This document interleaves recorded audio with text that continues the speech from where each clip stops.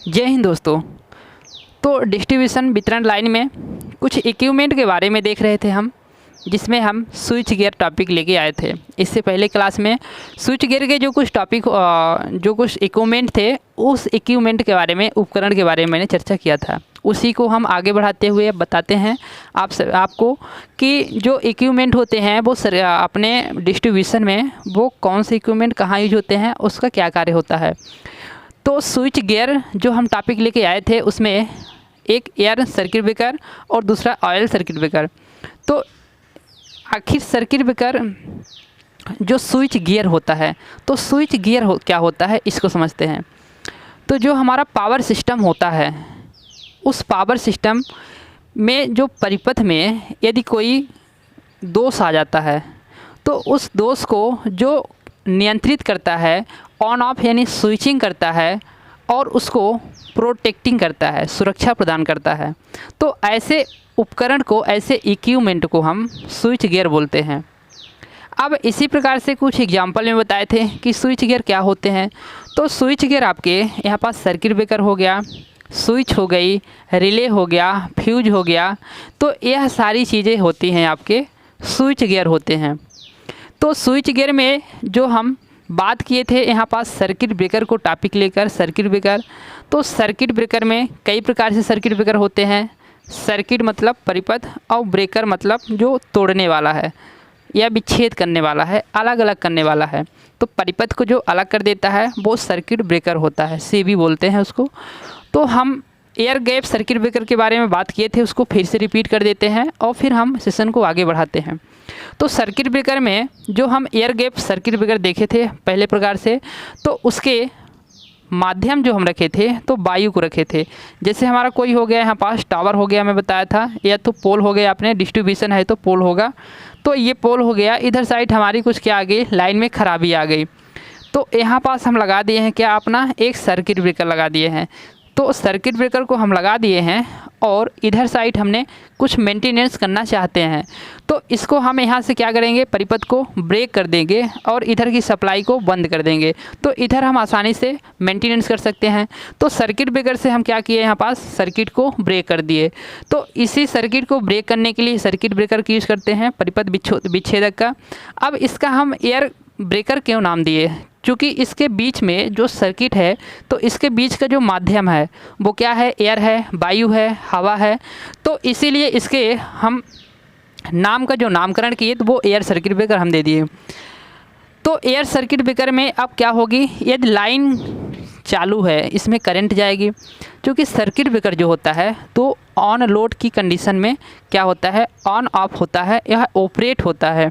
तो circuit breaker में से क्या हो रही, धारा का प्रवाह हो रहा।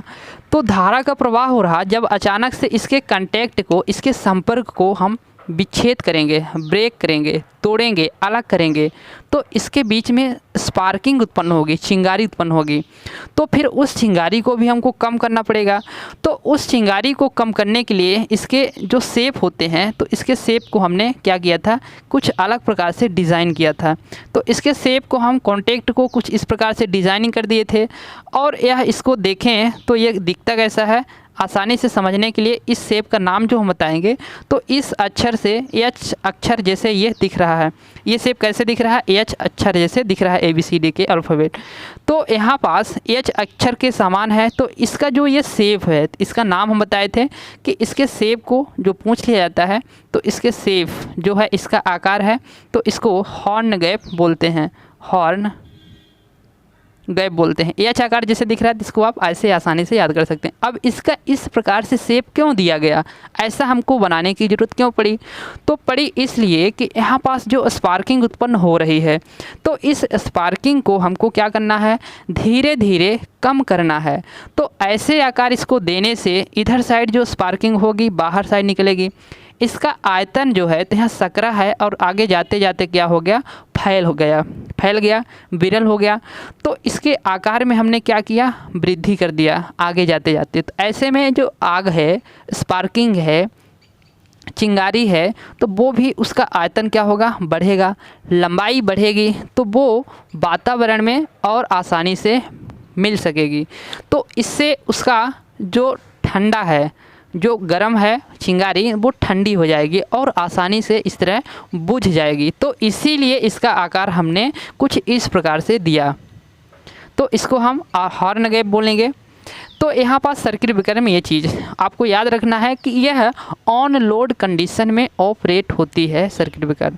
एक चीज़ और, भले से ही हम पढ़ा रहे हैं आपको यहाँ पास कि यह आपको दिख रहा होगा कैसे कि सब स्टेशन में कि लगा होगा सब स्टेशन में सर्किट ब्रेकर। तो सर्किट जो यहाँ पास एयर गैप सर्किट ब्रेकर होता है, एयर सर्किट ब्रेकर होता है, तो यह सब स्टेशन में नहीं लगाते हैं। तो फिर इसको लगाते कहाँ हैं? तो इससे पहले वाली जो क्लास है उसमें मैं बताया था फीडर। तो जो फीडर होता है तो सर्किट ब्रेकर को एयर सर्किट ब्रेकर को सर्किट ब्रेकर, तो एयर सर्किट ब्रेकर को कहाँ लगाते हैं? एयर सर्किट ब्रेकर को लगाते हैं आप फीडर में लगा सकते हैं, फीडर में, और आप लगा सकते हैं डिस्ट्रीब्यूशन में नहीं, फीडर में, मतलब सब स्टेशन में नहीं लगाते हैं। कुल मिला के यह बताना चाहता हूँ, सब स्टेशन में इसको नहीं लगाएंगे, फीडर में लगा सकते हैं। या तो फिर आप इंडस्ट्री क्षेत्र में, जहाँ आपका यह औद्योगिक क्षेत्र है, जहाँ कंपनियां हैं वहाँ लगा सकते हैं। इसको कुल मिला के औद्योगिक क्षेत्र, इंडस्ट्रियल क्षेत्र में और फीडर में लगाते हैं, ना कि सब स्टेशन में लगाते हैं।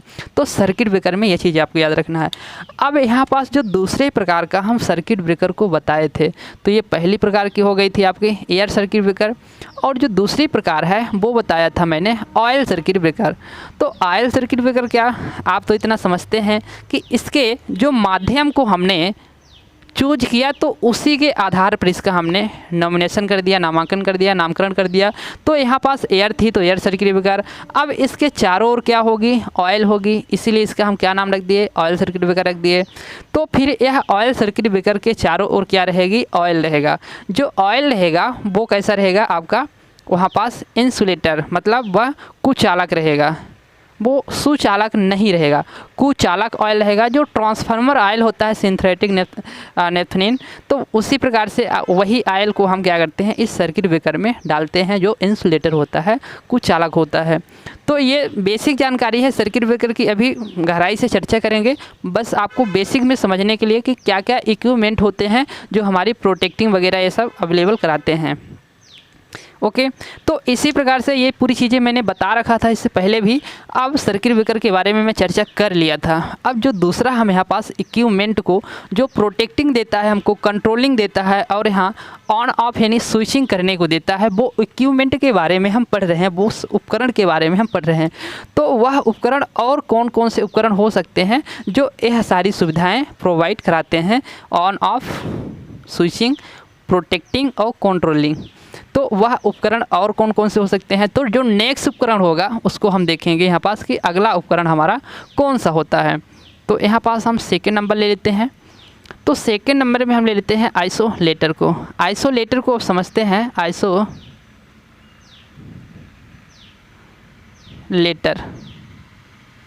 आइसोलेटर को क्या बोलते हैं? पृथककारी।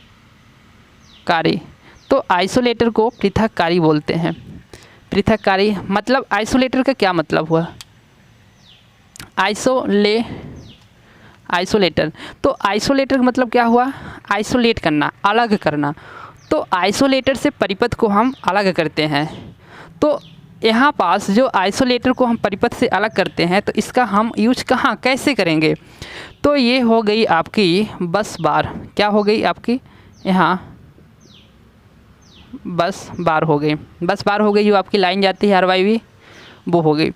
अब यहाँ से हम क्या करते हैं? लाइन को डिस्ट्रीब्यूट करना चाहते हैं, कहीं हम क्षेत्रों में ले जाना चाहते हैं, डिस्ट्रीब्यूट करना चाहते हैं। तो यहाँ हम क्या लगाएंगे? सर्किट ब्रेकर को लगाएंगे। क्या लगाएंगे हम? सर्किट ब्रेकर को लगाएंगे। तो ये हो गया हमारा सर्किट ब्रेकर हो गया। सर्किट ब्रेकर किस लिए लगाएं? ताकि हम यहाँ पास से लाइन को हम भेज दिए हैं। अब लाइन को बंद करना चाहें तो सर्किट ब्रेकर की सहायता से हम बंद कर पाएंगे। तो हमारा टॉपिक है यहाँ पास कि आइसोलेटर। तो आइसोलेटर हम कहाँ यूज करेंगे? तो ये जो सर्किट ब्रेकर होता है ना, तो इस सर्किट ब्रेकर के दोनों ओर, सर्किट ब्रेकर के दोनों ओर हम आइसोलेटर को कहाँ यूज करते हैं। तो सर्किट ब्रेकर के हम दोनों ओर क्या करेंगे, आइसोलेटर को यहाँ यूज करेंगे। तो ये जो आपको दिख रहा है ना, यही होता है आपका आइसोलेटर होता है। ये आपको जो दिख रहा है यही होगा आपका आइसोलेटर। आइसोलेटर होता है। तो इस प्रकार से कुछ आइसोलेटर दिखेगा। अब ये जो आइसोलेटर है तो यहाँ पास ऐसा हमने क्यों लगा दिया, तो सर्किट ब्रेकर में जब हमको मेंटेनेंस करना होगा या फिर यदि हमको परिपथ को क्या करना है, यहाँ पास परिपथ को बंद करना है, हमको सप्लाई को आगे नहीं ले जाना है, तो हमको सर्किट ब्रेकर को क्या करना पड़ेगा, बंद करना पड़ेगा। या फिर सर्किट ब्रेकर को हमको मेंटेनेंस किसी भी काम के लिए हमको यहाँ पास सर्किट ब्रेकर में काम करना है, तो उसके लिए ज़रूरी है कि आइसोलेटर होना आवश्यक है। क्योंकि यहाँ से सप्लाई को डिस्कनेक्ट करने के लिए हम आइसोलेटर की यूज़ करेंगे। सीधे तो सप्लाई चालू हालत में हम इसमें मेंटेनेंस वगैरह नहीं कर सकते, क्योंकि यह क्या है, ये है जो आपका दिख रहा है, तो ये आपका सर्किट ब्रेकर है, सीवी है, सर्किट ब्रेकर है। तो आपको जो पूछा जाता है मेन क्वेश्चन, तो वो कौन सा क्वेश्चन इस आइसोलेटर से पूछा जाता है, पूछा यह जाता है कि आइसोलेटर को हम जो ऑपरेट करते हैं, ऑन ऑफ करते हैं, तो वह उसकी सप्लाई जो होती है तो ऑफ कंडीशन में इसको ऑपरेट करते हैं या फिर ऑन कंडीशन में, मतलब बंद इसको लोड को बंद जब रहता है तब करते हैं, या फिर लोड चालू रहता है तब करते हैं। तो यहाँ जो ये सप्लाई जा रही है तो ये किसको जा रही है, या लोड को जा रही है। तो यहाँ सर्किट ब्रेकर को दोनों ओर जो हम लगा दिए आइसोलेटर को, तो आइसोलेटर को यहाँ ऑफ कंडीशन में हमेशा हम यूज करते हैं। कैसे यूज करते हैं, ऑफ कंडीशन में। ऑफ कंडीशन मतलब स्थिति, ऑफ स्थिति, या फिर लोड बोल सकते हैं, लोड। तो ऑफ लोड में, तो आप पूछेंगे ऑफ लोड में ही क्यों करते हैं, क्योंकि यदि हम सर्किट ब्रेकर को यहाँ पास क्या करेंगे, सर्किट ब्रेकर को हम चालू कर देंगे। ओके, सर्किट ब्रेकर क्या है, यहाँ पास क्लोज है। अब इसको, ये है क्या, चालू हालत में है। तो चालू हालत में है तो इसमें क्या हो रही, धारा प्रवाहित हो रही, यहाँ से धारा ही सीधे उपभोक्ता के पास जा रही।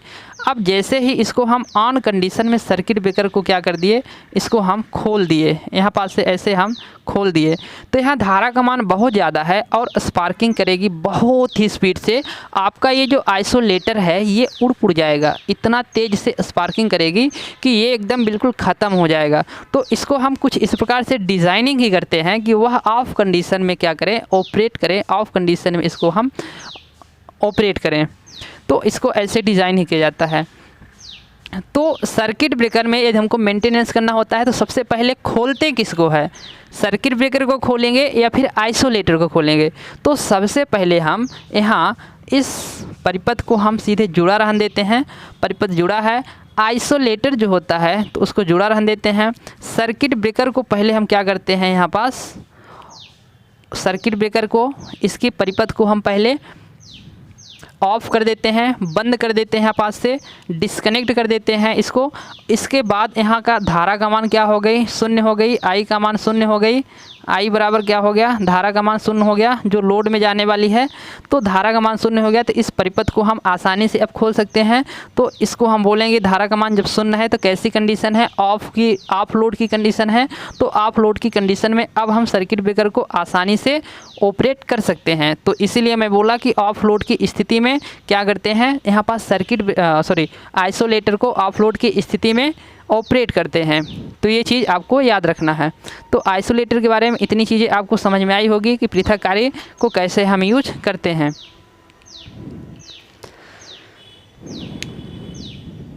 तो आइसोलेटर को इतना समझना था आपको। इसको मेंटेनेंस वगैरह करना होता है तो हमेशा इसको विद्युत शॉक से सुरक्षा प्रदान करने के लिए आइसोलेटर को पहले बंद करते हैं, इसके बाद हम मेंटेनेंस करते हैं किसमें, सर्किट ब्रेकर में। ये चीज़ आपको समझना है। ओके, अब जो दूसरी चीज़ है इसमें आगे हम देखते हैं। तो सर्किट ब्रेकर होता है जो, तो इसको तो हम क्या कराएंगे, ऑफ़ कराएंगे, इसको हम बंद करेंगे, लेकिन इसको इतनी ज़्यादा वोल्टेज होती है तो इसको हम क्या करेंगे, ऐसा करना चाहते हैं कि ऑटोमेटिकली या तो फिर आपको मैकेनिकली, दो तरीके से हम इसको ऑपरेट कर सकते हैं। तो सर्किट ब्रेकर के बारे में थोड़ा सा हम देख लेते हैं कि इसका यहाँ पास फंक्शन क्या है, कैसे यह काम करता है इस आपके आइसोलेटर के बीच में जो लगा होता है, तो कैसे ऑन ऑफ होगा। तो थोड़ा सा हम सर्किट ब्रेकर के बारे में फोकस करते हैं। तो अब जो देखेंगे हम तो वो रहेगा हमारा सर्किट ब्रेकर।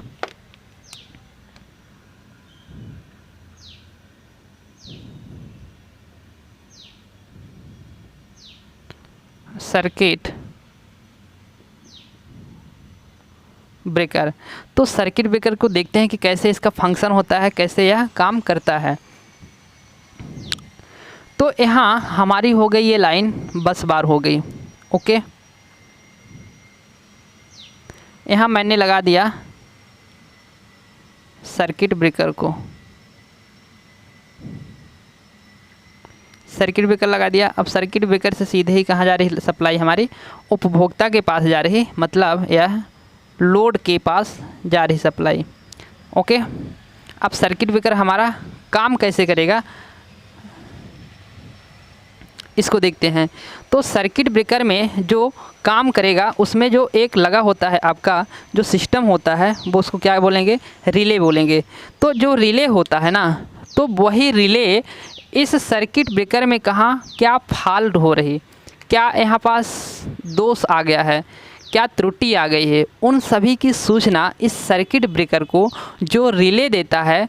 तो उसका मेन काम होता है रिले का कि वह सर्किट ब्रेकर को सूचना दे कि कहाँ क्या फॉल्ट की स्थिति हो गई है। तो हमने बताया था कि जो प्रोटेक्टिंग डिवाइस है, नियंत्रण कंट्रोलिंग या स्विचिंग की डिवाइस है, वो सर्किट ब्रेकर है, फ्यूज है, रिले है। तो यहाँ पास रिले का जो मेन फंक्शन है, तो रिले को हम देखेंगे कि रिले का जो मेन फंक्शन है तो वो कैसे होता है इस सर्किट ब्रेकर में। तो सर्किट ब्रेकर में जो रिले का फंक्शन होता है तो कुछ इस प्रकार से होता है, रिले को समझना है। सर्किट ब्रेकर में जो रिले का फंक्शन होता है उसको देखना है। तो यहाँ पास रिले भी लिख सकते हैं आप, रिले।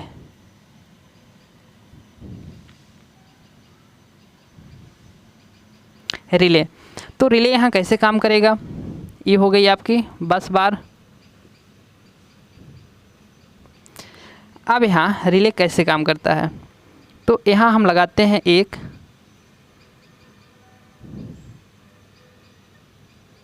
डीसी परिपथ को हम लगाते हैं।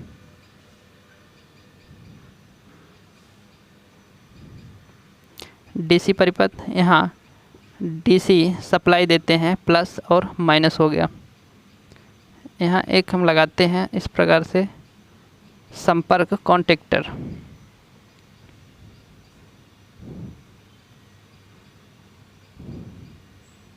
ओके, अब यहाँ पास हम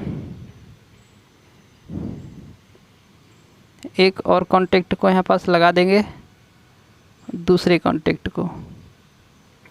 अब यहाँ इस लाइन के हम श्रेणी क्रम में जो ट्रांसफार्मर होता है सीटी, तो करंट ट्रांसफार्मर जो होता है तो सीटी को हम लगाएंगे। यहाँ पास श्रेणी क्रम में क्या लगाएंगे, करंट ट्रांसफार्मर हम सीटी को लगाएंगे। तो यहाँ पास हम सीटी को लगाते हैं। तो कुछ इस प्रकार से हम एक छोटा सा ट्रांसफार्मर का यहाँ डिज़ाइन करते हैं और करंट ट्रांसफार्मर को हम लगाते हैं। तो करंट ट्रांसफार्मर क्या होता है, ये प्राइमरी में इसमें टर्न की संख्या क्या होती है, बहुत कम होती है, और सेकेंडरी में टर्न की संख्या क्या होती है, ज़्यादा होती है। तो ये सीटी जो होता है तो कहाँ लगता है, हमेशा सर्किट में हमेशा एक ही लाइन में श्रेणी क्रम में लगेगा। सीटी में, सीटी जो होता है तो परिपथ के एक लाइन में मतलब श्रेणी क्रम में लगेगा। तो यहाँ पास श्रेणी क्रम में हमने लगा दिया। अब यह पूरी जो डिज़ाइनिंग ये दिख रही, तो ये पूरा रिले की डिज़ाइनिंग है। ये पूरी डिज़ाइनिंग क्या है, रिले की डिज़ाइनिंग है। तो ये जो कंडक्टर है इसको संपर्क है, तो इस संपर्क का क्या है, ये प्लंजर है। इस संपर्क का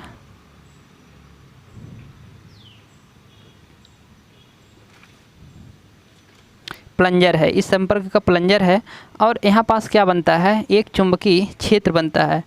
क्या बनता है, मैग्नेटिक फील्ड। तो यहाँ पास मैग्नेटिक फील्ड बनता है। और ये क्या है, सीटी एक्समर है, सीटी ट्रांसफार्मर है। अब यह पूरा हो गया हमारा डिज़ाइनिंग किसका, रिले हो गया। यहाँ से यहाँ पूरा डिजाइनिंग किसका हो गया, रिले हो गया। अब यह कैसे काम करेगा, तो ये अभी कैसी है, यहाँ पास आप देख रहे हैं इसका संपर्क कैसा है, अभी ऑफ लोड की कंडीशन में है। अब ऑफ लोड की कंडीशन में है, इसको हम कर देते हैं ऑन लोड की कंडीशन में, इसको हम कर देते हैं ऑन लोड की कंडीशन में। तो यहाँ से इसका संपर्क जुड़ गया और ये हो गया ऑन लोड की कंडीशन में। तो इस ऑन लोड की कंडीशन में जब हो गया तो इसको अभी हम क्या कर देते हैं, यहाँ से इसका संपर्क जोड़ देते हैं। इससे टच नहीं है, ये बस दूर ही है, क्योंकि यहाँ पास पूरे में क्या है, डीसी सप्लाई है और ये पूरा है एसी सप्लाई है यहाँ पास। तो यहाँ पास होता क्या है कि सप्लाई अभी कहाँ जा रही है, सिटी से होते हुए कंज्यूमर के पास जा रही, लोड में जा रही। अब इस सर्किट ब्रेकर का जो काम है तो ऑपरेट है, तो ऑपरेट कराने का मेन फंक्शन किसका होता है, रिले होता है। रिले क्या होती है, तो रिले एक ऐसी डिवाइस है वो जो आपकी ऑटोमेटिक या फिर आपकी मैनुअली दोनों प्रकार से चल सकती है, वो रिले होती है।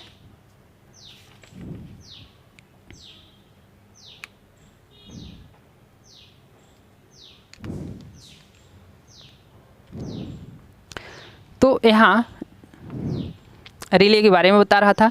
तो जो रिले होती है, तो रिले आपको यहाँ पास जो यदि फंक्शन उसका जो होता है, तो करंट हो या फिर वोल्टेज हो या तो फिर आपका एम्पीडेंस हो, इन तीनों चीज़ों में से किसी एक चीज़ में यदि कोई किसी प्रकार से त्रुटि उत्पन्न होती है, एरर जब उत्पन्न होगा तो उसके मान में क्या होगा, परिवर्तन होगा। और मान में जैसे ही परिवर्तन होगा तो वह रिले क्या करेगी, अपना काम करना चालू कर देगी। तो काम करना जैसे ही चालू करेगी तो उसमें होता क्या है कि जब मान में परिवर्तन होगा तो वो क्या करेगी, सीधे ट्रिप कर देगी। और ट्रिप करने की जो सूचना है वो किसको देगी, सर्किट ब्रेकर को देगी। और सर्किट ब्रेकर परिपथ को सीधे ही क्या कर देगा, वहाँ पास ऑफ कर देगा। तो इसमें जब करंट क्या हो रही, प्रवाहित हो रही, यहाँ पास करंट क्या प्रवाहित हो रही, करंट का मान इधर से जा रहा। अब यहाँ पास ट्रांसफार्मर हमने लगा दिया। ट्रांसफार्मर माना कि हम लगा दिए कि 4:1 रेशियो में होता है, तो मान लेते हैं 4000:1 का है। मतलब इसमें वोल्टेज जो है तो कितना आ रही, यहाँ पास वोल्टेज जो आ रही तो 4000 आ रही, लेकिन इधर साइड मिलने वाला हमारा जो वोल्टेज है वो क्या हो गया, यहाँ पास कम हो गया वोल्टेज। तो वोल्टेज का मान यहाँ पास क्या हो जाएगा, कम हो जाएगा। ये आप देख रहे हैं कि स्टेप अप जो ट्रांसफार्मर है तो एक current transformer step up transformer की तरह दिख रहा है, क्योंकि प्राइमरी में टर्न की संख्या कम है और यहाँ पास टर्न की संख्या सेकेंडरी में ज़्यादा है। तो इसमें जो करंट का मान है तो 4000:1 में है। तो इधर करंट यदि कितना जा रहा, 4000 के आसपास जा रहा, तो फिर इसमें करंट कितना जाएगा, 1 जाएगा, 1 एम्पियर बोल सकते हैं। तो जैसे ही आप जानते हैं कि ट्रांसफार्मर का क्या रूल होता है, वह जितनी वोल्टेज है जितने ही अनुपात में वोल्टेज को क्या करता है, घटाता है। इस मान लीजिए यहाँ पास वोल्टेज हम कैसे ट्रांसफार्मर लगा लिए, स्टेप ऑफ ट्रांसफार्मर लगा लिए, तो जितने ही वोल्टेज को बढ़ाएगा उतने ही अनुपात में करंट को घटा देगा। ये ट्रांसफार्मर का मेन फंक्शन होता है। तो वोल्टेज को बढ़ाया यहाँ पास तो करंट को क्या किया, घटा दिया। तो करंट को यहाँ पास घटा दिया तो यहाँ पास 4000 आ रही होगी, तो फिर करंट कितना आ गई, इसके आउटपुट में है जो सेकेंडरी में है तो वो कितनी आ गई, 1 एम्पियर आ गई। तो करंट के मान को इसने कम कर दिया ट्रांसफार्मर। तो करंट के मान को जब कम कर दिया तो यहाँ पास चुंबकीय क्षेत्र जो है तो हमारा बन गया चुंबकीय क्षेत्र, जो हमने कॉइल को लगा दिया। अब कॉइल को लगा दिया, ओके। अब जब होता क्या है कि इसमें लोड को जा रही है, लोड को सप्लाई जा रही, अब अचानक से क्या हो गया, फॉल्ट हो गया। तो फॉल्ट की कंडीशन में क्या होता है, करंट का मान बहुत ज़्यादा बढ़ जाता है। फॉल्ट की कंडीशन में करंट का मान बहुत ज़्यादा बढ़ गया, तो फिर 5 से 6 गुना जैसे ही करंट का मान बढ़ा तो इसमें हुआ क्या कि अभी इसमें धारा कितनी जा रही थी, मान लीजिए कि इसमें धारा अभी जा रही थी समथिंग, मान लेते हैं कुछ टाइम के लिए कि 5 एम्पियर यहाँ पास धारा जा रही थी। इस पूरे सर्किट ब्रेकर में कितनी जा रही थी, इस पूरे ट्रांसफार्मर में 5 एम्पियर की धारा जा रही थी। अब जैसे ही लोड की कंडीशन फॉल्ट की कंडीशन हुआ, ठीक है, जब 5 एम्पियर की धारा इसमें जा रही है तो उस दौरान जो आपका सर्किट ब्रेकर है वो अभी ऑपरेट नहीं हुआ है। क्योंकि सर्किट ब्रेकर को ऑपरेट होने के लिए यहाँ पास जो धारा चाहिए आपकी, तो मान लेते हैं कि 5 एम्पियर को वो धारा मिलने पर वह ऐसा डिज़ाइन किया गया कि 5 एम्पियर की धारा मिलने पर वह ऑपरेट नहीं होगा। उसको ऑपरेट होने के लिए कम से कम 6 एम्पियर की धारा जब मिलेगी तब वह क्या होगी, ऑपरेट होगी। तो उसको ऑपरेट होने के लिए कितना चाहिए, 5 एम्पियर की धारा पर वह ऑपरेट नहीं हो रही, 6 एम्पियर की धारा मिलेगी तब ऑपरेट होगी। तो मिनिमम करंट जिस पर वह ऑपरेट होगी, तो उस मिनिमम करंट को हम बोलेंगे पीक ऑफ करंट। उस मिनिमम करंट को हम बोलेंगे पीक ऑफ करंट। चूँकि इसको ऐसे हम डिज़ाइन किए हैं कि यह 5 एम्पियर पर नहीं हो सकती, होगी मिनिमम कम से कम 6 एम्पियर करंट होगी तभी वह क्या होगी, ऑपरेट होगी। तो इसका अभी पीक ऑफ करंट इसको नहीं मिला है, तो यह फिर क्या होगी, यह ऑपरेट नहीं होगी। अब इसमें हुआ क्या, अचानक से यहाँ फॉल्ट हो गया। तो फॉल्ट होने की कंडीशन में करंट का मान बढ़ जाता है। तो उस दौरान 5 से 6 गुना जब करंट बढ़ गया, तो मान लेते हैं कि कितना बढ़ गया, 5 गुना करंट बढ़ गया। तो इसमें प्रवाहित होने वाली जो धारा है, तो इस परिपथ में कितनी हो गई, 25 एम्पियर की हो गई। तो अब जब 25 एम्पियर की यहाँ पास हो गई आपकी धारा, तो इसमें भी इसी से जुड़ा है, तो इस परिपथ में भी 25 एम्पियर की धारा प्रवाहित हो गई। बिना फॉल्ट की कंडीशन में कितनी हो रही थी, 5 एम्पियर की, तो इसने ऑपरेट नहीं हुआ था। अब फॉल्ट हो गया तो करंट का मान बढ़ गया, तो इसमें 25 एम्पियर की धारा आ गई। अब इसको पिक ऑफ करंट से ज़्यादा इसको करंट मिल गई, तो यह ऑपरेट हो गई। तो जैसे ही ऑपरेट हुई तो यहाँ पास हुआ क्या, मैग्नेटिक फील्ड बन गया। और मैग्नेटिक फील्ड बन गया तो ये प्लंजर जो है, तो प्लंजर को खट से किया गया, खींच दिया इसने। अब जैसे ही प्लंजर को इसने खींचा तो इसकी सप्लाई क्या हो गई, यहाँ परिपथ में इस प्रकार से इसको जोड़ दिया। जब यहाँ पास जोड़ दिया तो यहाँ पास क्या है आपकी, ये डीसी बैटरी लगी है। इस डीसी बैटरी से हुई धारा प्रवाहित हुई तो इस कॉइल से हुई, इस कॉइल में क्या हुआ, मैग्नेटिक फील्ड बना। इस कॉइल में मैग्नेटिक फील्ड बना, तो मैग्नेटिक फील्ड बना तो ये जो आपका यहाँ पास एक लोह का टुकड़ा है, इसको क्या किया, खट से खींच लिया। जैसे ही खट से खींच लिया तो इसमें जो आपकी अभी सप्लाई जा रही थी, तो वो जैसे पीछे की ओर खींचा तो ये खिसक के आ जाएगा कहाँ, लगभग यहाँ पास आ गया। तो यह यहाँ पास क्या कर दिया, सर्किट को दोनों को ब्रेक कर दिया, मतलब अलग कर दिया, तोड़ दिया। तो अब यहाँ से लोड को सप्लाई नहीं प्रोवाइड होगी, धारा जाना यहाँ से बंद हो जाएगी। तो इसने क्या किया, परिपथ को सीधे ही ब्रेक कर दिया। तो यह सूचना, इसको सर्किट ब्रेकर को, इस सीबी को सूचना देने का जो काम किया वो किसने किया, पूरा काम रिले किया। रिले ने काम किया, सूचना दिया, तो फिर सर्किट ब्रेकर वहाँ पास क्या किया, ऑफ हो गया। तो इस प्रकार से इसने अपना काम पूरा कर लिया। तो सर्किट ब्रेकर को जो मेन सूचना देने का, इंफॉर्मेशन देने का काम किया वो कौन किया, यहाँ पास रिले किया। रिले में हुआ क्या होगा कि यहाँ पास जैसा कि मैंने बताया कि करंट हो, वोल्टेज हो, एम्पीडेंस हो, कुछ भी हो, इनके मान में परिवर्तन आता है तो वह रिले क्या होती है, अपना काम करना चालू कर देती है। तो जब करंट का यहाँ लोड शॉर्ट हुआ तो करंट का मान बढ़ गया, तो इस करंट का मान बढ़ा, जब करंट का मान बढ़ गया तो फिर इसने क्या किया, अपना फंक्शन करना चालू कर दिया। तो इस प्रकार से यहाँ पास रिले का पूरा फंक्शन हो गया।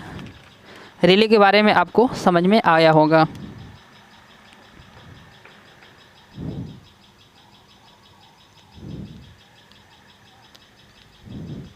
ठीक है, अब हम इसमें आगे समझते हैं कि अभी हम कुछ फ्यूज का भी नाम लिए थे। सर्किट ब्रेकर को समझ लिया, कैसे प्रोटेक्टिंग, कंट्रोलिंग और स्विचिंग करती है।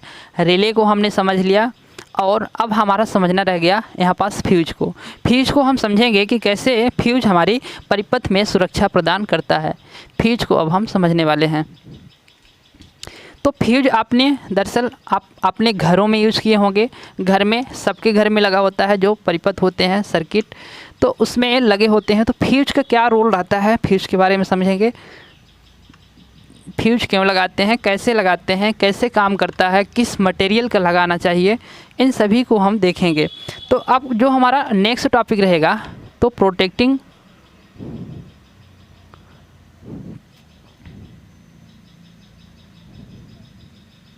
फ्यूज। फ्यूज को हिंदी में बोलेंगे अग्नित्र। आपको हिंदी भी नाम ध्यान देना है। यदि आप हिंदी मीडियम से बिलोंग करते होंगे, हिंदी मीडियम से आप पढ़ाई किए होंगे, तो आपको हिंदी में क्वेश्चन आते हैं तो वहाँ फिर आपको देख के घबराना नहीं है कि इसका नाम का, इसका मतलब क्या होगा। आपको पूरी हम हिंदी सहित बताते हुए चलेंगे ताकि आपको प्रॉब्लम ना हो। जो DRDO इसरो होते हैं ये खासकर तो आपको UPPCL हो गया और टेक्निकल हेल्पर हो गई, ये तो बिल्कुल शॉर्ट हिंदी देता है। तो हिंदी पर भी आपको फोकस करना है यदि आप हिंदी मीडियम चूज करते हैं। कोई पेपर ऐसे होते हैं जिसमें बोथ दिया रहता है, हिंदी एंड इंग्लिश। यदि कभी कभी ऐसा होता है कि प्योर हिंदी दिया है तो फिर आपको हिंदी पर ऐसे समझते हुए चलना है। तो अब हम समझेंगे फ्यूज। तो फ्यूज होता क्या है, फ्यूज को पहले हम समझते हैं। तो फ्यूज जो होता है तो आपका एक चालक तार का टुकड़ा होता है। फ्यूज जो होता है चालक तार का टुकड़ा होता है, इसको हम परिपथ के श्रेणी क्रम में लगाते हैं, परिपथ के सीरीज में लगाते हैं। और यह जो फ्यूज होता है इसकी जो रेटिंग होती है, रेटिंग अभी हाल ही में मैं नेवी का पेपर देने गया था तो उसमें पूछा था कि जो फ्यूज की रेटिंग है तो वो किस में होती है। और एक पूछता है फ्यूज की रप्चरिंग कैपेसिटी की रेटिंग, फ्यूज की रप्चरिंग कैपेसिटी रेटिंग किस में होती है। ये वाला क्वेश्चन अभी हाल ही में आया हुआ था। तो उसमें आपको ध्यान देना है कि फ्यूज की रेटिंग किस में होती है। तो फ्यूज की रेटिंग होती है आपकी करंट होती है। तो करंट की यूनिट होती है एम्पियर। तो एम्पियर में ही उसकी रेटिंग होगी फ्यूज की। और आपकी जो रैप्चरिंग कैपेसिटी है उसकी आपकी MVA में होगी। सर्किट ब्रेकर की भी MVA में होती है और फ्यूज के रैप्चरिंग करंट की भी रैप्चरिंग कैपेसिटी करंट के भी MVA में होती है। तो इस चीज़ को याद रखना है, पूरी चीज़ हम लिखेंगे अभी। और यदि आपको इसके PDF की ज़रूरत पड़े तो आप बिल्कुल टेलीग्राम से आप मेरे ले सकते हैं, मेरे नाम के चैनल पर ही टेलीग्राम है, उसमें से आप ले सकते हैं। तो फ्यूज के बारे में हम समझते हैं। तो ये हो गया हमारा एक क्या परिपथ हो गया। परिपथ में हमने एक लोड लगा के रखा है, यहाँ पास बल्ब लगा लिया। अब इस बल्ब को हम क्या करते हैं, सप्लाई देते हैं। तो AC सप्लाई हमने दे दिया। अब यहाँ हमने लगा दिया क्या, फ्यूज को लगा दिया, इस प्रकार से फ्यूज लगा दिया। ये क्या है, ये अपना है फ्यूज है, अग्नित्र है। और यहाँ से क्या हो रही, बराबर ही धारा प्रवाहित हो रही। तो इसमें हुआ क्या कि अचानक यहाँ पास से हो गया सीधे ही शॉर्ट हो गया। तो इसमें से इस बल्ब का या फिर जो भी हो यहाँ का रेजिस्टेंस ज़्यादा है, तो यहाँ का रेजिस्टेंस ज़्यादा होने की वजह से यहाँ से धारा प्रवाहित नहीं होगी। अब धारा किधर से प्रवाहित होगी, ये धारा अब जिधर से उसको करंट प्रतिरोध जहाँ से कम मिलेगा वहाँ से करंट प्रवाहित होगी, इधर से आ गई। तो जैसे ही यहाँ शॉर्ट सर्किट हुआ तो शॉर्ट सर्किट की कंडीशन में होता क्या है कि धारा का मान बढ़ जाता है। तो धारा का मान जैसे ही बढ़ा तो यहाँ पास क्या हमने फ्यूज लगा के रखा है। तो यहाँ पास क्या हुआ, धारा का मान बढ़ने पर I²R मतलब उष्मा उत्पन्न हुई। क्या हुआ, हीट उत्पन्न हुआ। और यहाँ पास जो हमने फ्यूज को लगा के रखा है तो ऐसे मटेरियल से बना हुआ फ्यूज हमने लगाया कि जिसकी मेल्टिंग पॉइंट क्या हो, कम हो, मतलब वह गलनांक कम हो। किसके, इन वायरों की अपेक्षाकृत इसका गलनांक क्या है, कम है। तो सबसे पहले जहाँ गलनांक कम होगा वहीं पास टूटेगा। तो यहाँ पास से क्या हुआ, टूट गया। तो इसको फ्यूज को हम क्या बोलेंगे कि कैसे काम करता है। तो फ्यूज जो होता है, अग्नित्र जो होता है, तो आपका लोड जब क्या हो जाएगी, करंट जब ओवर हो जाएगी तो ओवर करंट पर इसने काम किया। क्योंकि शॉर्ट सर्किट हुआ तो करंट का मान ज़्यादा हुआ, अधिक हुआ, ओवर हुआ। तो इसको हम यूँ बोल सकते हैं कि फ्यूज जो होता है तो करंट क्या होती है, फ्यूज शॉर्ट सर्किट या ओवर करंट की स्थिति में काम करता है। आपको एक चीज़ याद रखना है कि ओवरलोड की स्थिति में आपको नहीं लगाना है। फ्यूज के बारे में पूछे तो ओवरलोड की स्थिति में नहीं लगाना है। क्यों, क्योंकि ओवरलोड की स्थिति में आपका फ्यूज काम नहीं करता है। ओवरलोड की स्थिति में आपका काम नहीं करता है आपका करंट की स्थिति में। ओवरलोड की स्थिति में जो करेगा उसको हम आगे बताएंगे। तो आपको ये शॉर्ट सर्किट और ओवर करंट की स्थिति में काम करता है कौन, यहाँ पास फ्यूज। तो जो फ्यूज होता है ना, तो फ्यूज की कुछ विशेषता होती है, जो विशेषता को हमको समझना होता है कि हमको जो एक अच्छा प्रोडक्ट होता है, फ्यूज का जो अच्छा एक गुण होता है, प्रॉपर्टीज़ होती है, वो कैसे कौन से मटेरियल में पाया जाता है। तो फ्यूज को मटेरियल भी जो होती है तो वो भी ज़्यादा वैल्यू रखता है कि किस मटेरियल का यह बना होता है।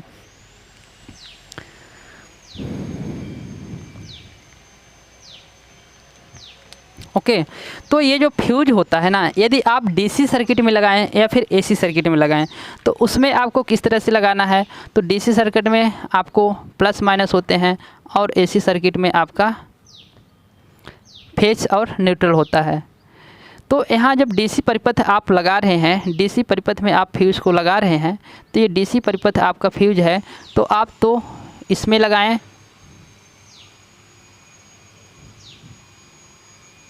यहाँ पास आपका जो परिपथ है तो कैसा है, आपका यहाँ डीसी है, प्लस और माइनस है।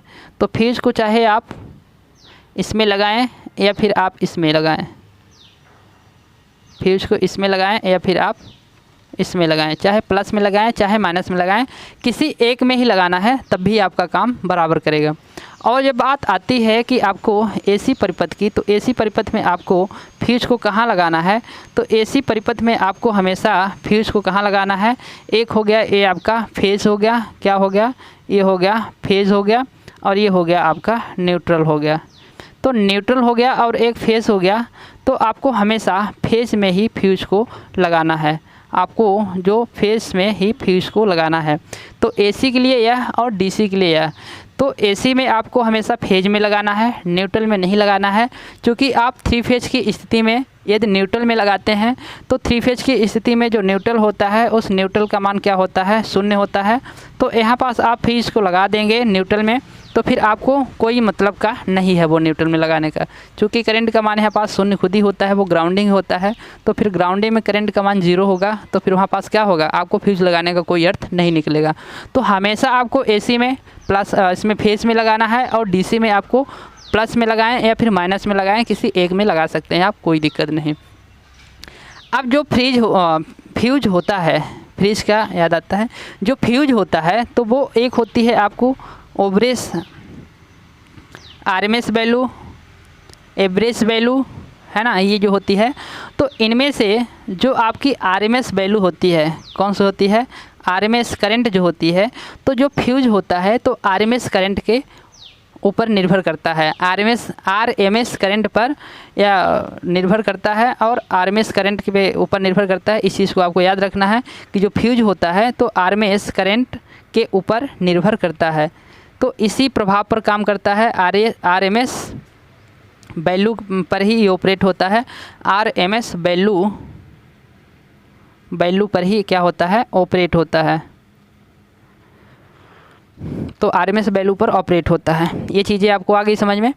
अब इसमें जो फ्यूज होता है तो इसकी जो किस पदार्थ का हमको बनाना है फ्यूज, उस पदार्थ के ऊपर भी डिपेंड करता है कि कौन से मटेरियल का, कौन से पदार्थ का हम बनाएंगे यहाँ पास फ्यूज, उसके ऊपर भी डिपेंड करता है। तो यहाँ पास फ्यूज बनाने का जो मटेरियल होता है वो देखते हैं कि फ्यूज बनाने का जो मटेरियल है वो कौन कौन से मटेरियल हैं। ये फिर पहले हम देख लेते हैं कि फ्यूज जो आपका होता है, फ्यूज का कैरेक्टरिस्टिक्स देख लेते हैं, कैरेक्टरिस्टिक्स अभिलक्षण। तो यहाँ पास फ्यूज का अभिलक्षण देख लेते हैं पहले।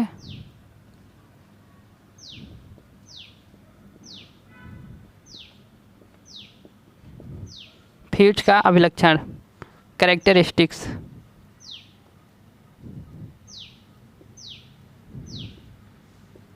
Fuse characteristics. तो इसमें फ्यूज का ये अभिलक्षण क्या बताता है।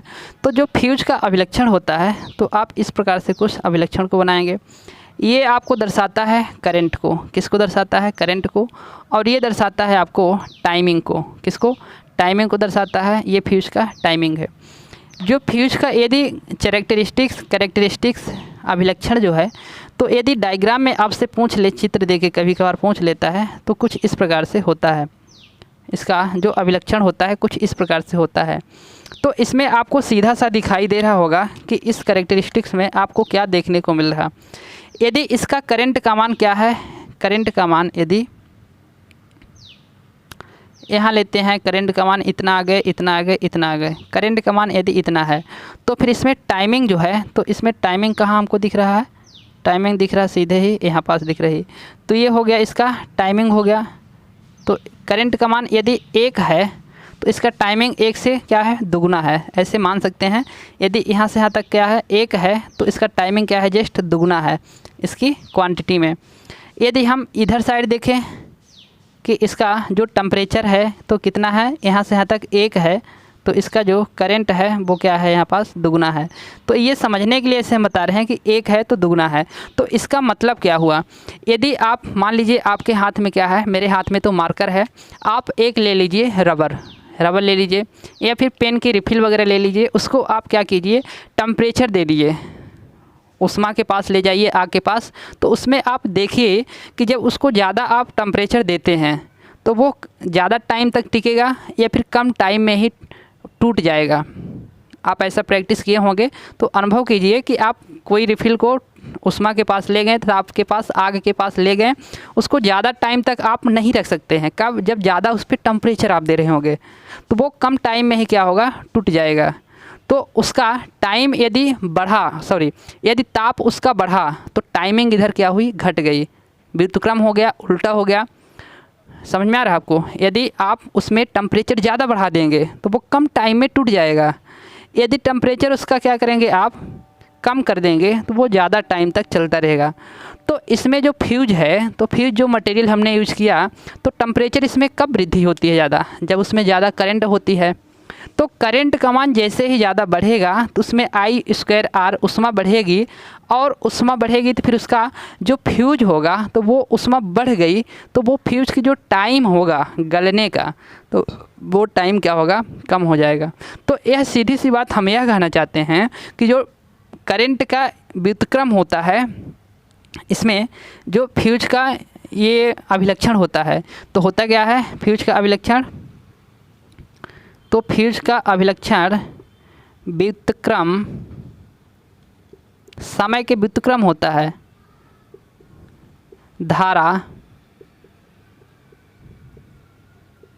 अभिलक्षण। तो होता क्या है कि यदि समय क्या होता है, बढ़ता है, तो उसमें यदि धारा का मान बढ़ता है तो वह धारा का मान ज़्यादा बढ़ जाएगा तो समय कम समय तक रहेगा। यदि समय का मान, धारा का मान कम होता है तो वह ज़्यादा समय तक रहेगा। तो इसमें होता क्या है, व्युत्क्रम होता है, इसको हम अनुक्रमण पाते सीधे ही I लिखते हैं। तो ये आपको सूत्र से याद रख लेना है कि यदि उसका धारा का मान क्या होता है, ज़्यादा हो जाता है तो वह कम समय तक चलेगा। यदि धारा का मान क्या होता है, कम रहता है तो वह ज़्यादा समय तक चलेगा। क्योंकि इसमें आप देख रहे हैं कि एक दूसरे के क्या है, जस्ट ही व्युत्क्रम है। तो इस अभिलक्षण से आपको यही समझना था कि वह, तो इसी को हम इसी कारण से क्या बोलते हैं, व्युत्क्रम समय धारा अभिलक्षण। व्युत्क्रम समय धारा अभिलक्षण, इनवर्स टाइम करेंट कैरेक्टरिस्टिक्स। तो ये चीज़ हम इसको बोलते हैं, इस नाम से भी इसको हम बोलते हैं। अब जो हमारे मटेरियल होते हैं, फ्यूज बनाने के जो मटेरियल होते हैं, फ्यूज पदार्थ जो होता है तो किस मटेरियल का बनाएंगे, किस पदार्थ का बनाएंगे, उसमें क्या गुण होने चाहिए जो एक अच्छा फ्यूज कहलाएगा, उसमें कौन सा मटेरियल होगा, कौन सा वह चालक तार होगा जो एक आदर्श फ्यूज कहलाएगा, वह आदर्श फ्यूज की क्या एक विशेषता होगी। तो एक आदर्श फ्यूज अच्छे मटेरियल का जो होता है फ्यूज, तो उसकी जो गुण होती है, तो यहाँ पास लिखेंगे फ्यूज मटेरियल का गुण। तो एक अच्छे फ्यूज मटेरियल में क्या गुण होना चाहिए, तो उसको हम यहाँ पास देखेंगे। तो एक अच्छे मटेरियल में सबसे पहले तो उसकी जो प्रतिरोधकता है, क्या प्रतिरोधकता है, वो निम्न होनी चाहिए। तो सबसे पहले उसकी प्रतिरोधकता क्या होनी चाहिए, निम्न होनी चाहिए, यानी लो रेजिस्टिविटी।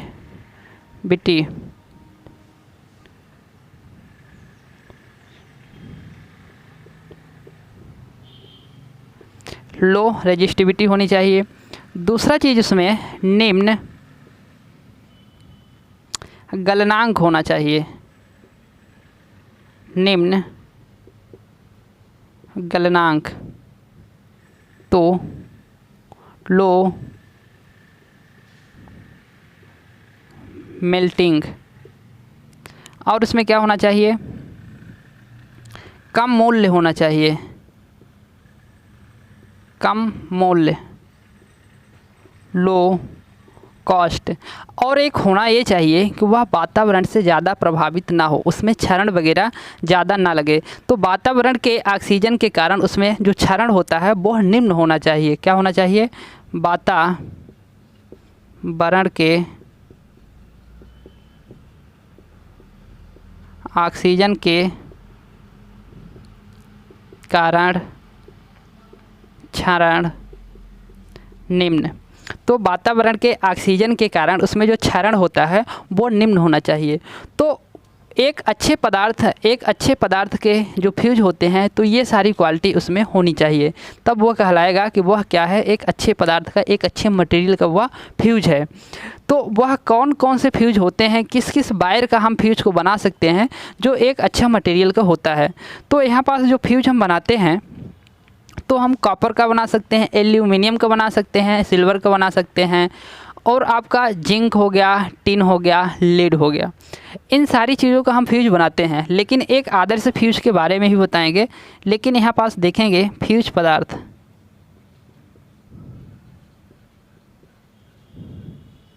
और कौन सा यदि मटेरियल का बनाते हैं तो वह मटेरियल कितने तापमान की सहन कर सकता है, उसका टेम्परेचर क्या होगा, ताप गुणांक क्या होगा, वो उस कितना टेम्परेचर वो सहन कर सकता है। तो उसका हम मेल्टिंग पॉइंट देखेंगे कि वह कितना गलनांक उसका रहता है। गलनांक हम सेल्सियस में लेते हैं। तो यदि हम लेते हैं यहाँ पास पहले कॉपर को लेते हैं, कॉपर का हम फ्यूज बना सकते हैं। तो कॉपर का आपका 1090 सेल्सियस होता है उसका टेम्परेचर।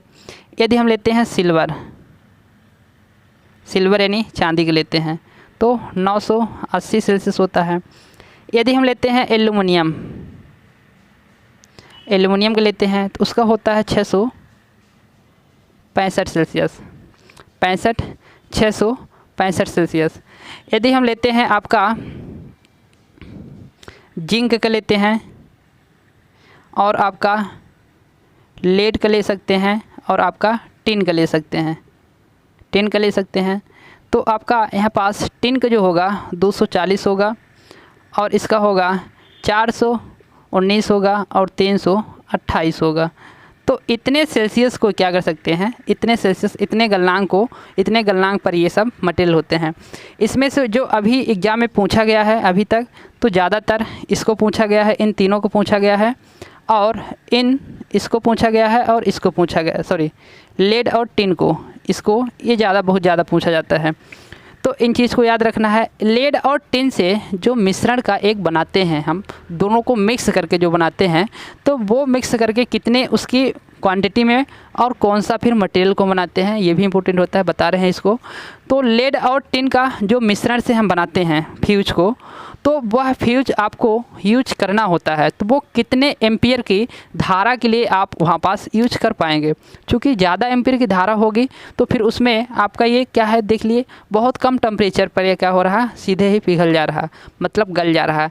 तो इसको 10 एम्पियर की जो आपकी धारा होती है, तो उसके लिए आपको यदि बेहतर चाहिए एफिशिएंसी, तो 10 एम्पियर तक की धारा के लिए आप लेड और टिन से बने फ्यूज को वहाँ पास यूज कर सकते हैं, वो ज़्यादा बेटर होता है। जैसे आप अपने घरों में जो फ्यूज लगाना चाहते हैं, तो वो कितने एम्पियर की आप फ्यूज लगाना चाहते हैं अपने घर में, आपको लगाने के लिए कितने एम्पियर की फ्यूज को लगाएंगे तो वो बेटर रहेगा। तो आपके घरों में यदि आपका परिपथ जो होता है, तो दो प्रकार से परिपथ होता है, एक तो पावर परिपथ होता है और एक होता है सब उप परिपथ। तो आपके घरों में जो है तो वो उप परिपथ है, जिसमें आप 800 वाट से अधिक यूज नहीं कर सकते एक परिपथ में।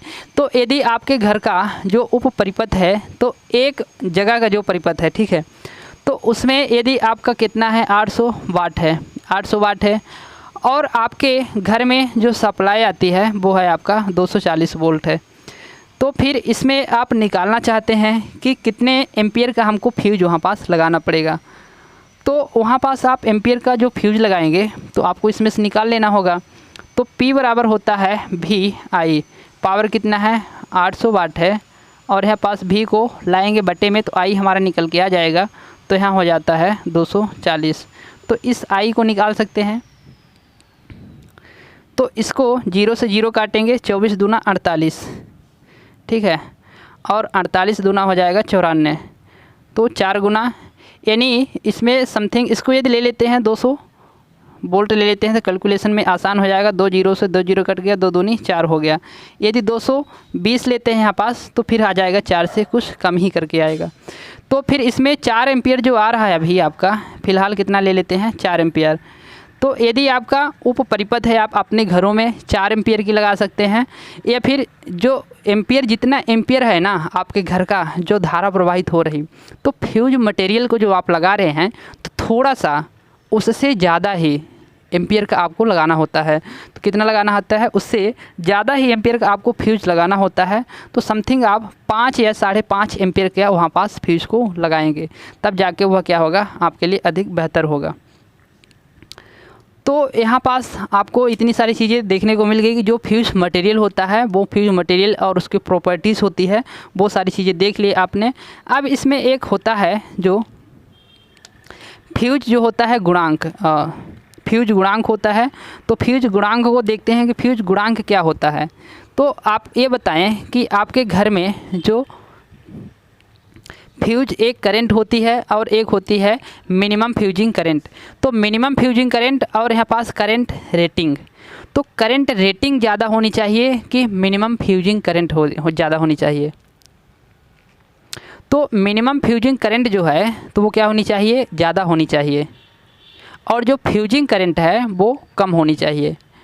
तो यहाँ पास जो मिनिमम फ्यूजिंग करंट है, मिनिमम फ्यूजिंग करंट, और यहाँ पास यदि आपको पूछे कोई कि करंट गुणांक क्या, फ्यूज गुणांक क्या है, तो यहाँ अग्नित्र गुणांक, तो फ्यूज गुणांक, फ्यूज गुणांक, तो मिनिमम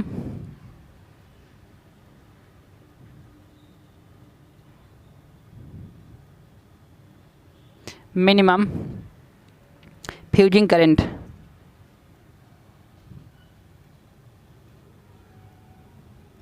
मिनिमम फ्यूजिंग करंट और बटे में करंट रेटिंग,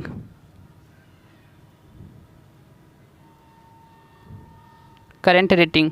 तो मिनिमम फ्यूजिंग करंट का मान क्या होना चाहिए, ज़्यादा होना चाहिए, और करंट रेटिंग का मान वहाँ पास कम होना चाहिए। चूँकि जो मिनिमम फ्यूजिंग करंट है तो यदि कम रहेगा इसका मान, तो फिर जितनी हमारी धारा, मान लीजिए मिनिमम फ्यूजिंग करंट का मतलब कि हमारे घर में जो करंट है वो 4 एम्पियर यदि जा रही है, ठीक है, तो उसमें हम जो फ्यूज लगाएंगे तो वो 4 एम्पियर से ज़्यादा लगाएंगे। ये हमारे घर की क्या है, करंट रेटिंग हमारे घर की करंट है, और जो उसमें हम फ्यूज लगा रहे हैं तो वो fuse minimum fusing current rating, तो वो हम 4 एम्पियर की नहीं लगाएंगे, कहीं उससे ज़्यादा लगाएंगे। क्योंकि यहाँ पास मैंने बता दिया कि उससे कहीं ज़्यादा लगाएंगे, तो समथिंग 5 या 6 एम्पियर की लगाते हैं, तो फिर इसमें होगा क्या कि इसका मान 1 से क्या आएगा, ज़्यादा आएगा। तो आपको जो पूछा जाता है तो फ्यूज गुणांक पूछा जाता है, तो उसका मान क्या होता है, 1 होता है, 1 से अधिक होता है, 1 से कम होता है, तो उसका मान क्या आएगा, 1 से हमेशा अधिक आएगा। तो उस फ्यूज गुणांक का जो मान है तो वो 1 से अधिक होता है। इस चीज़ को आपको याद रखना है फ्यूज गुणांक में। अब इसमें जो फ्यूज जब हम लगाते हैं शॉर्ट सर्किट के लिए या फिर आपको ओवर करंट के लिए लगाते हैं, तो इसमें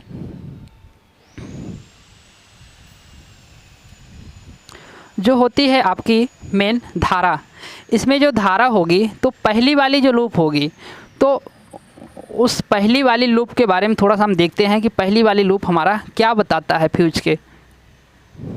तो कोई हमारा यहाँ पास हो गया परिपथ हो गया, ये धारा हो गई। अब धारा हमारी यदि फॉल्ट नहीं है, कुछ नहीं है, तो वो सामान्य स्थिति में कुछ इस प्रकार से जा रही है। बाई चांस वह क्या हो गई, फॉल्ट हो गई, तो उस फॉल्ट की कंडीशन में करंट का मान क्या होता है, अत्यधिक बढ़ जाता है। तो वह करंट का मान लेते हैं उसका जो पहला लूप है, तो कुछ इस प्रकार से उसका पहला लूप हो गया। और जो दूसरी लूप है वो आराम से आसानी से अपनी कुछ इस प्रकार से जा रही है। लेकिन करंट जैसे ही फॉल्ट हुआ तो उसका प्रथम लूप बहुत ज़्यादा बढ़ जाता है। तो प्रथम लूप बहुत ज़्यादा बढ़ जाता है, उसी दौरान हमारा तो फ्यूज़ क्या होता है, गल कर टूट जाता है। चूँकि धारा का मान बढ़ता है तो I²R हानि होती है, ऊष्मा उत्पन्न होती है और वहाँ पास फ्यूज़ क्या होता है, गल कर टूट जाता है। तो जब हमारी फॉल्ट करंट आई, जो दोष धारा उत्पन्न हुई, तो दोष धारा उत्पन्न होने के लिए उसके बीच में कुछ कुछ क्या होते हैं, एक अलग अलग क्वांटिटी की धारा होती है। यहाँ पास धारा क्या हुई, बहुत कम हुई, आधा हुई, बहुत ज़्यादा हुई, फिर से डाउन हुई। तो ये इसकी कंडीशन आती हैं। तो ये जो फॉल्ट करंट जैसे ही स्टार्ट हुआ तो यहाँ से क्या हुआ, आपका फॉल्ट प्रारंभ हुआ। क्या हुआ, यहाँ से फॉल्ट का प्रारंभ हुआ। ये फॉल्ट प्रारंभ होता है तो इसको हम बोलेंगे फॉल्ट क्या हो गया, प्रारंभ हो गया। अब ये जो फॉल्ट करंट है, दोष धारा है, तो इस दोष धारा का मान क्या हो रहा, दोष धारा का मान यहाँ से धीरे धीरे बढ़ना चालू हो गया। अभी हमारा जो फ्यूज है, तो हमने इतने एम्पियर की धारा हमारी जा रही, जब हमारी कहीं इतने एम्पियर की यहाँ पास धारा जा रही है, तब के लिए हमने फ्यूज लगाया कि चलो भाई इतनी एम्पियर की धारा जाएगी तो हमारा फ्यूज नहीं टूटेगा, हमारा फ्यूज नहीं टूटेगा। यदि थोड़ा उससे ज़्यादा हमारी धारा चली जाती है यहाँ पास, तो अब फ्यूज क्या होगा, टूट सकता है। क्योंकि सीमित करंट के लिए हमने फ्यूज लगा के रखा है। यदि उससे ज़्यादा करंट हुई तो फिर हमारी फ्यूज टूट जाएगा गल के, और करंट का मान फॉल्ट की कंडीशन में बहुत ज़्यादा हो गई। तो यहाँ से फॉल्ट करंट से और यहाँ करंट का मान जो बढ़ा यहाँ से यहाँ तक, यहाँ पास फ्यूज अभी हमारा नहीं टूटा है। अब जैसे ही उससे ज़्यादा करंट थोड़ा मान बढ़ता है तो फ्यूज में क्या होती है, हीटिंग उत्पन्न होती है, I² हानि चालू हो गया। और यहाँ पास उससे थोड़ा आगे आते ही फ्यूज क्या हुआ, वहाँ पास गल कर टूटना प्रारंभ हो गया। तो जहाँ पास फ्यूज टूटा उससे थोड़ा पहले का टाइम और उस टाइम के थोड़ा सा आगे आप चले जाएंगे ऊपर यहाँ पास, तो यहाँ पास जो एक पॉइंट मिलता है, इस पॉइंट को बोलेंगे cut off current, cut off current. तो इस पॉइंट को आप बोलेंगे कट ऑफ करंट। चूँकि यहाँ से फ्यूज क्या हुआ, अब गल कर टूटना यानी कटना चालू हो गया। तो यहाँ से यहाँ तक का जो इसका टाइम है, समय है, तो इस समय में भी कुछ क्या लगा होगा, टाइम लगा होगा। यहाँ से यहाँ तक आने में भी क्या लगा होगा, टाइम लगा हो, समय लगा होगा। तो यह हुआ क्या, समय यह प्रारंभ हुई। प्रारंभ को क्या बोलते हैं, प्री, जिससे प्रारंभिक परीक्षा देते हैं ना UPSC वाले, प्री देते हैं ना, प्री मेंस, तो उसको बोलते क्या है, प्री टाइम। तो यह क्या हुई, प्रारंभ हुई। तो प्रारंभ को बोलेंगे हम प्री, प्रारंभ को क्या बोलेंगे, प्री।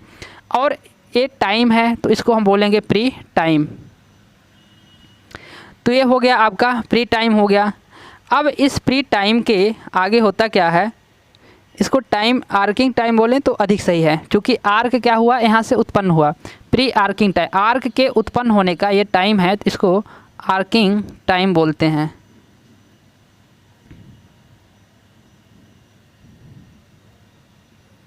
आर्क के उत्पन्न होने का ये टाइम है, तो प्री आर्किंग टाइम बोलेंगे इसको। यहाँ से यहाँ तक का जो टाइम लगा उसको प्री आर्किंग टाइम बोल दिए। अब हुआ क्या कि यह फ्यूज जैसे ही गलकर टूटना चालू हो गया तो इसमें एकदम आग लग गई, आर्क को लग गई। अब आर्क क्या होगा, वह आगे जाएगा और फिर आर्क क्या होगा, पूरे फ्यूज में फैल जाएगा और फिर पूरे फ्यूज में फैलेगा। फिर उसको ठंडा भी होने में क्या होगा, टाइम लगेगा। तो उसको ठंडा होने में जो टाइम लगता है, अच्छा एक चीज़, ये जो प्रथम लूप है ना, ये जो प्रथम लूप, इस फॉल्ट करंट की जो प्रथम लूप है, तो यह जो एक लूप होती है इसको हम बोलते हैं यहाँ पास संभाविक धारा बोलते हैं। ये जो प्रथम लूप होती है फॉल्ट दोष का जो प्रथम लूप होती है इसको हम बोलते हैं संभाविक धारा। प्रेस्पेक्टिव